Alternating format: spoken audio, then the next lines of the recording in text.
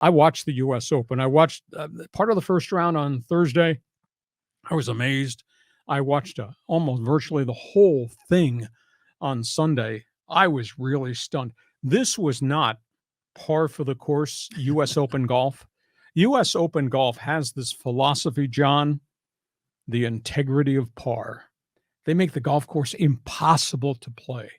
The greens are so fast, the pin placements are wicked, the bunkers, the rough.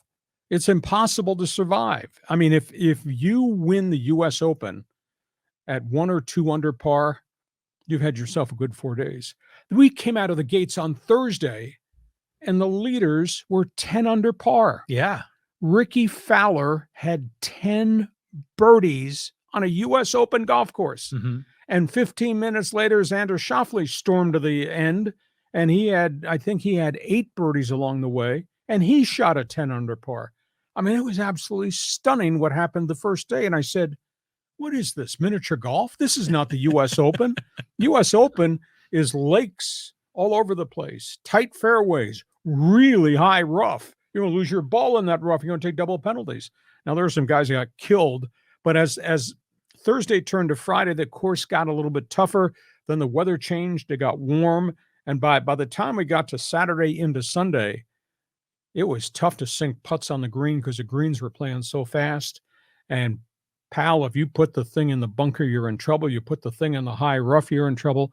Sunday looked like a U.S. Open. Wyndham Clark wins it. This is a guy out of Oklahoma State that's had just so many setbacks in his career. He almost gave up golf. His mother was dying. She was the biggest backer he had, and she told him, just go play big before he passed away. And he's finally turned the corner. Some of it was physical. A bunch of it was mental in terms of his approach and dealing with the frustrations of being, a guy on the PGA Tour. I'm sorry, John, I saw you break your club on the course. You were pissed off, but these guys can't do that. Yeah. So he really turned the corner. But it was wild. He held on as the big names were hunting him down on Sunday. Here came Rory McIlroy, and he got within 1 stroke. Here came Scottie Scheffler, and he got close, and he could not close the door. Other guys kind of self-destructed the longer they played onto the U.S. Open style of course on Sunday. Their games kind of fell apart. But, McIlroy had 16 pars. 16 pars on Sunday. He couldn't make birdies. It's like he didn't have a putter in the bag. But he didn't take bogeys along. That's why he hung tough. But Wyndham Clark didn't make any mistakes. Ricky Fowler had 10 birdies on opening day. He had 6 bogeys on Sunday. The course kind of grabbed him. And there were just others that struggled. Xander on Sunday. Xander was in the hunt.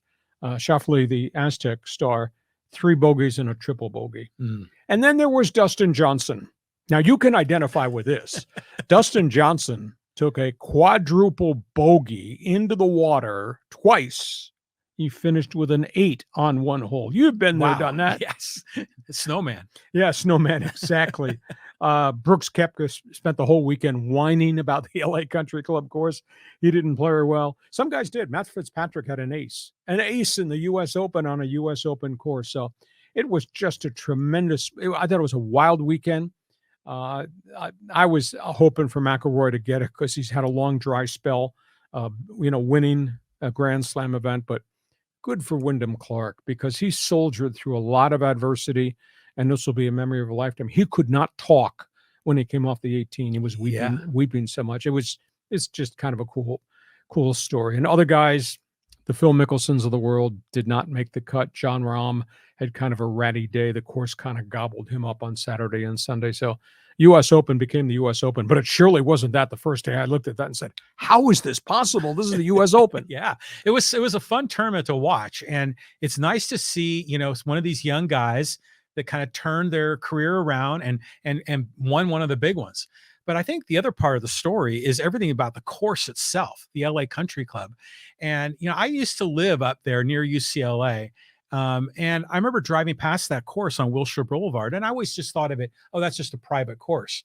But we since learned it's like, $250,000 for a membership, and they don't want celebrities. They just want kind of old money, I guess, guys smoking cigars on the course kind of thing. But it's a really exclusive venue, and that's why the event, the US Open, the crowds were kind of mild. There weren't as many people as we would have liked. Yeah, it wasn't until the 18th hole. Once Clark got it up on the green, they let the ropes down, Mhm. and the people surged. It was really cool. The final shot with everybody around the green, probably 20 deep. So PGA Tour, great golf. We had that coming on the heels of what we just saw north of the border in the Canadian Open on the 72-foot shot. Mhm. And Wyndham Clark hit a 59-foot putt that got him within 1 inch of the hole on the 18th, and then just tapped it in and got the victory. So cool story. Okay, time for